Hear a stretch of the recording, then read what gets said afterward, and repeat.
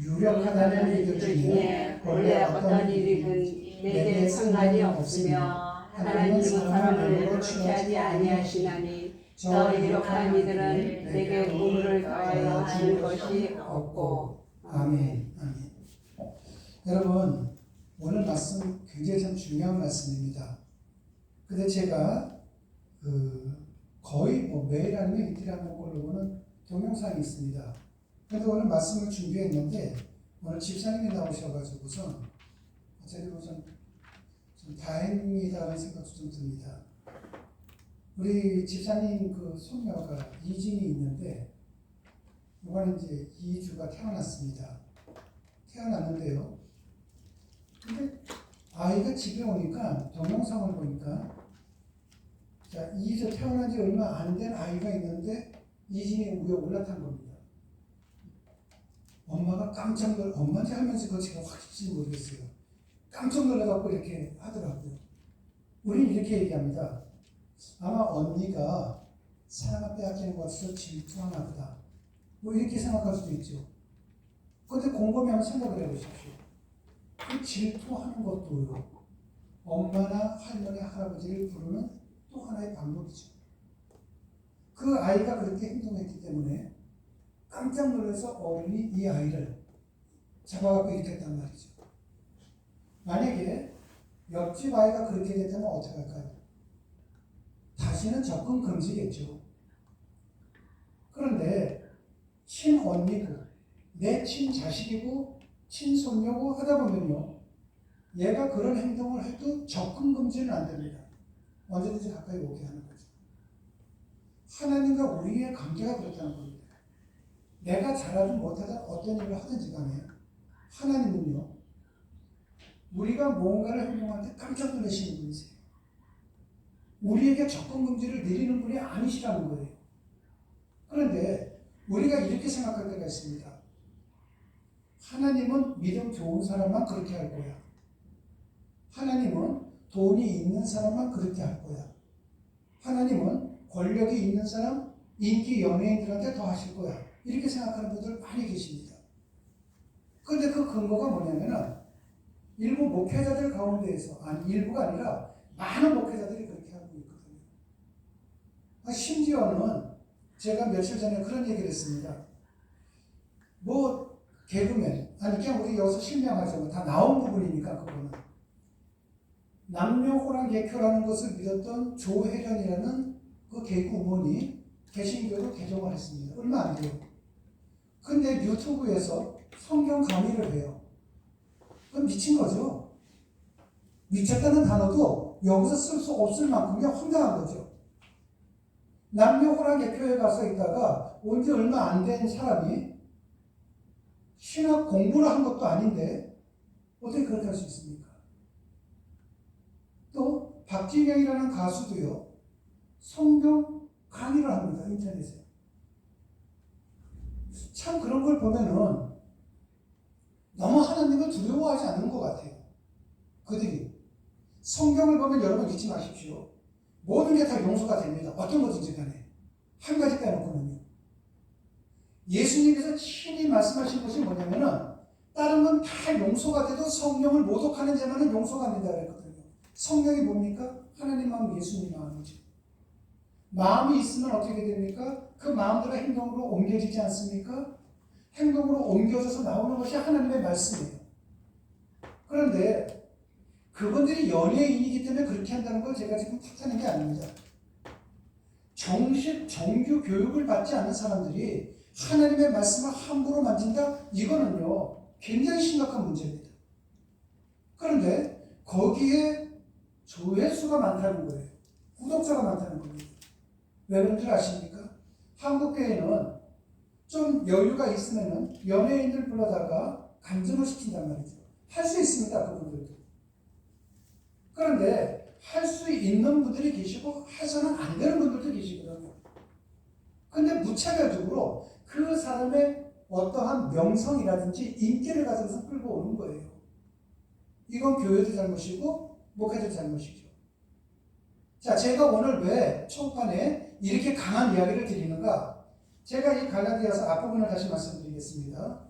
유력하다는 이들 중에 본래 어떤 이들이든지 내게 상관이 없으며 하나님은 사람을 외모로 취하지 아니하시나니. 자, 이 말을 쉽게 다시 풀이하면 이게 이런 뜻이 되는 겁니다. 이름 있는 사람들이라고 해서 나는 중요하게 생각하지 않습니다. 하나님께서도 사람을 이름이나 겉모양으로 평가하시는 분이 아니시기 때문입니다. 저는 사도 바울이 얘기하는 거예요. 사도 바울이 뭐라고 얘기했냐면은 세상에 이름 있는 사람들 많습니다. 그런데 나 그 사람들 하나도 중요하게 생각 안 합니다. 그리고 하나님께서도 사람을 이름이나 겉모양으로 평가하는 건 아니십니다. 밑에 보니까 뭐라고 나오냐면요. 저 유력한 이들은 내게 의무를 더하여 준 것이 없고. 자, 만약에 우리 교회에 어떤 권력자가 왔다든지 연예인이 왔다든지 해보십시오. 그분들이 여러분에게 뭐 돈 줍니까? 여러분의 아파트 사줍니까? 아무것도 안 한다는 거예요. 근데도 사람들은 나한테 어떤 이득이 오고 이런 것도 아무것도 없음에도 불구하고 그 사람이 유명하다 이거죠. 이름이 나 있다 이거죠. 그러니까 사람들이 어떻게 합니까? 어떻게 하면 사인 하나 받아보려고 하고 어떻게 손 한번 만져보려고 한다 이거죠. 그런데 여기서 사도 바울이 뭐라고 얘기합니까? 나는 저 사람들과 아무런 상관도 없고요. 나는 저 사람도 그렇게 중요하게 생각도 안 합니다. 왠줄 아십니까? 하나님이 그렇게 하셨으니까. 저도 이렇게 보면은 연예인들이 모두가 저는 TV에만 나오는 줄 알았어요. 그런데 그 교회마다 홈페이지가 있다든지 하는데 보면요. 한 달에도 몇 차례씩 와요. 연예인들이 무료로 와서 해주겠다, 간증해주겠다는 분들도 있고요. 돈을 받고 해주는 분들은 더 많고 그렇습니다. 근데 그분들이 와서 하면은 우리한테 득이 되는 게 뭘까요? 근데 다른 교회는 누구누구 유명한 가수 여기 와서 부흥합니다, 간증합니다, 주변 사람도 불러오겠죠. 근데 그것이 하나님께서 기뻐하시는 건가를 먼저 생각해야 된다는 겁니다. 많은 경우 우리는 이름을 내고 나를 내세울 수 있는 명사적인 삶을 살아갑니다. 사람들은요. 우리 아이들에게 뭐를 가르쳐도 이 아이들에게 너희의 이름이 세상 사람들에게 좀 알려지는 명사적인 삶을 살게끔 만들고 있어요. 하나님은 그건 제일 싫어하시는 것 중에 하나입니다. 하나님이 원하시는 것은 뭐냐면요. 이름을 알리는, 내 이름을 알리는 명사적인 삶이 아니라 동사적인 삶이에요. 우리가 잘 알고 있는 사마리아 사람을 보십시오. 선한 사마리아 사람이 지나갑니다. 근데 강도를 만났습니다. 돈 빼앗겼습니다. 매를 맞았습니다. 피투성이가 되었습니다. 이제 죽어가고 있습니다. 그 옆에 누가 지나갑니까? 이름 있는 사람이 지나갔습니다. 대제사장이 지나가고 바리새인이 지나갔습니다.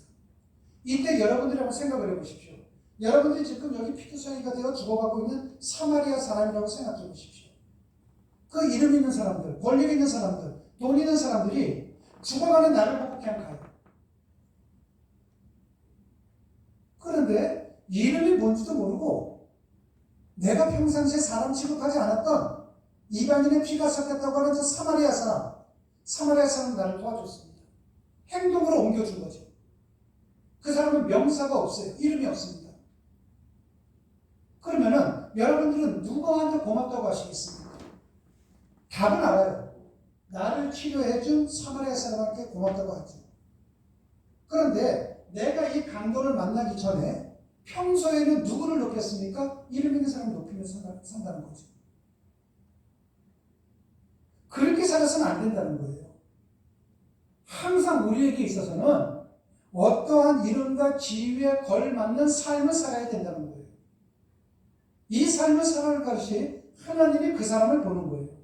하나님이 그 사람에게 복을 주는 겁니다. 하나님이 그 사람의 자녀들에게도 형통의 복을 주시는 것이고 미래를 책임져 주시고 소망과 희망을 주시는 거예요. 그런데 우리는 이름이에요. 이름일 때가 많다는 겁니다. 제가 얼마 전에 한 질문을 받았습니다. 어저께 제가 질문을 받은 것 같아요. 한 전도사님으로부터. 우리가 전도를 해야 됩니까? 말아야 됩니까? 본인이 다니는 교회에서는 매주마다 전도를 나갑니다. 이렇게 합니다. 제가 옛날에 전도사일 때도 전도대에 많이 나갔습니다. 그런데 성경 말씀을요, 제가 이렇게 곰곰이 보고 또 헬라어로 원어로 보면서 해석을 해보니까 아, 한국 기독교인들이 좀 잘 모르는 것이 있구나. 여러분, 나가서 복음을 전하는 것 굉장히 중요합니다. 사마리아 땅 끝까지 이르러 우리 주님께서 뭐라고 말씀하셨냐면 내 증인이 되고 그리고 제자를 삼아라 이렇게 말씀하셨거든요. 그러면은 내 증인이 되라는 것이 예수 믿으세요 그리고 천국 가세요 이게 증인일까요? 아니에요. 여러분 전도는 뭐냐면요, 여러분들이 여러분의 삶의 현장에서 그리스도인답게 행동하면서 살아가시는 거예요.